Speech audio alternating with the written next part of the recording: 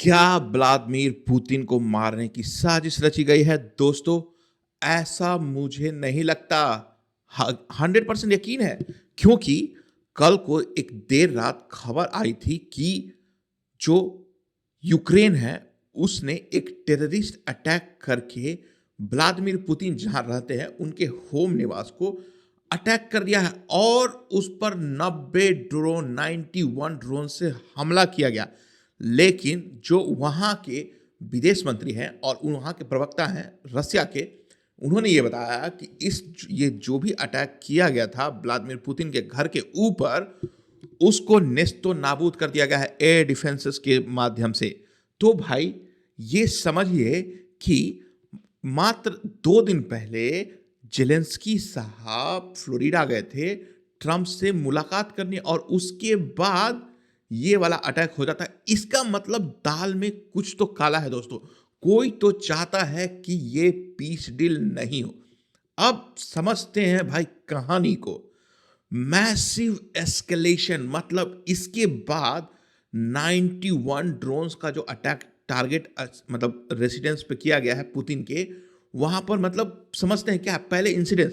रसिया claims 91 launch drones targeting Putin's Valdai residence Novgorod region. एक जगह है नोवगोर्ड रीजन, वहां पर पुतिन का एक रेसिडेंस है जिसका नाम है वालाडाई। वहां पर ये अटैक किया गया है और जो रसिया का स्टेटमेंट आया है, वहां के जो फॉरेन मिनिस्टर हैं Sergei Lavrov calls it a state terrorism and an assassination attempt. ये बहुत बड़ी बात हो गई है मेरे दोस्तों। और इतना ही नहीं, इसके बाद आगे मैं और बात करूंगा। Russia claims all drone were intercepted by air defence and no damage to Putin. मतलब फिलहाल के लिए पुतिन को कोई भी नुकसान नहीं हुआ है। ये अभी तक क्लियर नहीं है क्या पुतिन उस रेसिडेंस में थे, क्योंकि जो पुतिन है ना, वो बहुत ही ज़्यादा मतलब हिट लिस्ट पे रहते हैं दुनिया भर के आतंकवादियों और जो रसिया के दुश्मन हैं उनके लिस्ट में। इसलिए उनकी लोकेशन कभी भी बाहर नहीं आती है। जेलेंस्की की स्टांस जान लेते हैं। We fight on the battle field, not at a residence. मतलब जेलेंस्की ने इसको मना कर दिया है कि भाई वो इसके पीछे नहीं है। म- मेरे को ये समझ में नहीं आता कि अगर व्लादिमीर पुतिन ने और उनकी टीम ने ये बोला है कि ये अटैक हुआ है, तो ये हुआ ही होगा। और इसके बाद जेलेंस्की बोल रहा है कि उसने ये नहीं किया। तो क्या जेलेंस्की का अपने गवर्नमेंट पर कंट्रोल नहीं रहा है और कोई थर्ड पार्टी है जो इस पीस डील को नहीं होने देना चाहता है? क्या यूरोप के कोई देश हो सकते हैं जैसे कि फ्रांस, जर्मनी? उनके हिसाब से इस युद्ध को जितना लंबा खींचा जाए उतना अच्छा होगा। पता नहीं क्यों ये लोग चाहते हैं कि भाई वो रूस के मतलब यूक्रेन के लोग मरते रहें। कोई शांति क्यों नहीं चाहता भाई? अब हम लोग अगली कहानी पर आ जाते हैं कि geography and the threat. Vladimir Putin का एरिया जो है ना, व्लादाई पुतिन्स पैलेस, यहाँ पर देखो, ये सेंट पीटर्सबर्ग के पास नोवोगोड लेक वडाई, यहाँ पर इनका अटैक किया गया है। Significant western media calls it Putin secret winter place, heavily guarded with Palantir S1 system.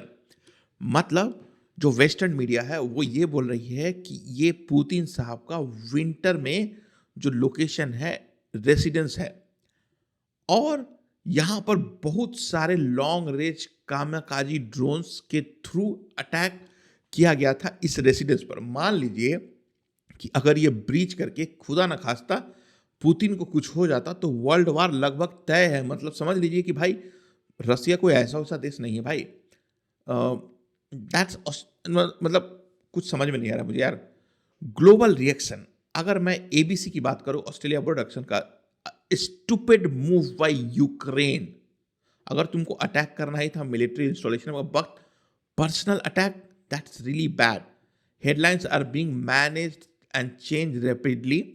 चलो जो भी है। और इस अटैक के बाद हुआ क्या? ट्रंप साहब फ्यूरियस थे और गुस्से में थे और उन्होंने इंटरवीन किया और उनका कोट ये है, आई एम वेरी एंग्री। और ट्रंप ने कहा है, गिव अप टेरिटरी डोनबास और lose the war. Zelensky, we need 50 year security guarantee.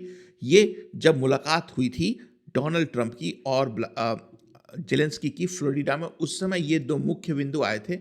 और इसके बाद जब अटैक हुआ, Trump called Zelensky second time in 24 hours inappropriate timing, insane move. Trump feels Zelensky is sabotaging the US brokered peace deal. मतलब Trump ये मानते हैं कि जेलेंस्की ने ये जो भी कदम उठाया है बहुत ही गलत समय पर उठाया है, क्योंकि ये जो पीस डील है लगभग होने ही वाला था, या फिर ऐसी उम्मीद जताई जा रही थी कि पुतिन और जेलेंस्की, यूक्रेन और रसिया, ये दोनों एक दूसरे के साथ कोई ना कोई संधि पर आ सकते हैं, पीस डील हो सकता है। Trump wants a cease fire before US mid term election for a political plan. अब समझिए कि डोनाल्ड ट्रंप इस पर्टिकुलर पीस डील के पीछे इतने पीछे हाथ धोकर के पड़े हुए हैं, क्योंकि जब डोनाल्ड ट्रंप ने अपना चुनावी ऐलान किया था, जब वो कैंपेन पर थे, उनका ये दावा था कि अगर मैं प्रेसिडेंट होता तो पहली बात है कि ये जो युद्ध है रसिया और यूक्रेन के बीच, ये कभी होता ही नहीं। अगर हो गया है तो मेरे राष्ट्रपति बनते ही 24 आवर के, मतलब 24 घंटे में ही मैं इसको खत्म करवा दूंगा। ऐसा उन्होंने अपने कैंपेन में बोला था। और अभी जो हालत है ट्रंप साहब की, मिड टर्म में क्या होगा अभी क्लियर नहीं है, क्योंकि अमेरिका में मिड टर्म इलेक्शन होगा, उसके बाद ये क्लियर हो जाएगा कि डोनाल्ड ट्रंप की जो भी नीतियां हैं वो जनता को पसंद आ रही हैं कि नहीं आ रही हैं। अगर ये विन, मतलब ये जो रसिया और यूक्रेन का डील करवा लेते हैं डोनाल्ड ट्रंप, तो उनके पास एक बहुत ही बड़ा कैंपेनिंग का मुद्दा बन जाएगा, और जिससे उनको और उनके सपोर्टर्स को लगेगा कि डोनाल्ड ट्रंप ने जो कहा था वो किया है। और इस मुद्दे को लेकर के ये जो भी कांड हुआ है, उस पर प्रधानमंत्री नरेंद्र मोदी जी ने भी अपना ट्वीट करके जानकारी दिया है, और वो चाहते हैं, और मोदी जी ने ये भी कहा है अपने ट्वीट में कि वो डिस्टर्ब्ड हैं और सफल कामना करते हैं अपने माय डियर फ्रेंड पुतिन की। तो इंटरनेशनल प्रतिक्रिया भी आ गई है दोस्तों, मतलब ये सीरियस होते जा रहा है। और आने वाले समय जो 24 टू 48 आवर्स होता है, वो देखने वाली बात होगी, क्या रसिया रिटेलिएटरी अटैक कर सकता है। क्योंकि तुमने पुतिन पर तो हमला कर दिया है दोस्तों, लेकिन पुतिन जानता है कि जेलेंस्की कहाँ रहता है, उसको जब चाहे तब उसको मार सकता है। तो आप मतलब मैं उम्मीद करता हूं कि ये एस्केलेशन ज़्यादा नहीं बढ़े और यूक्रेन और रसिया का पीस हो जाए, उससे भारत को बहुत ज़्यादा फायदा होगा। The peace deal साबोटाज theory. अब क्या है कि व्हाई नाउ द साबोटाज थ्योरी, क्यों अभी? स्टेटस ऑफ द डील की बात करेंगे कि 90% एग्री हो गए हैं, 20 point plan, 10% stuck on territorial concession. मतलब लगभग सारे चीजों पे सहमति बन गई है। डोनबास और क्राइमिया रीजन पे कुछ थोड़ी सी बात अटकी हुई थी, उसको लेकर के लगा हुआ है ये जेलेंस्की कि भाई मुझे अपना विन लेना है, क्योंकि जेलेंस्की भी पॉलिटिशियन है ना, उनको भी चुनाव में जीतना है। तो अगर वो सारा टेरिटरी दे देंगे तो यूक्रेन की जनता उनको जूते से मारेगी। तो उसका भी पॉइंट सही है, और पुतिन का भी पॉइंट सही है कि भाई मैं पावरफुल हूं, मेरे को जो चाहिए वो मिलेगा, मैं तुमको पीस क्यों दूं। जेलेंस्की का जो डर है ना, वो समझ लेते हैं। Accepting the deals means losing a territory is equal to political suicide. यही मैं भी बोल रहा हूं कि जेलेंस्की अपने पॉलिटिकल गेन के लिए ही ये कर रहा है, क्योंकि वो मान लीजिए कि लोग मर रहे हैं भाई और आप जीत नहीं रहे। अगर आप जीत रहे होते तो बात दूसरी थी, बट आप सिर्फ और सिर्फ लड़ने के लिए लड़ रहे हो। मतलब कोई, मतलब यूक्रेन की तरफ से मैंने कभी सुना नहीं कि भाई आपने दो चार अटैक करने के अलावा कोई चीज़ों पे सिग्निफिकेंट मूव किया, क्योंकि भाई आपके पास ना हथियार है और ना ही लोग हैं जो कि ये काम कर सके। Scenario A, Zelensky attacked to provoke Russia, Russia cancel talks, Zelensky does not have to sign a deal.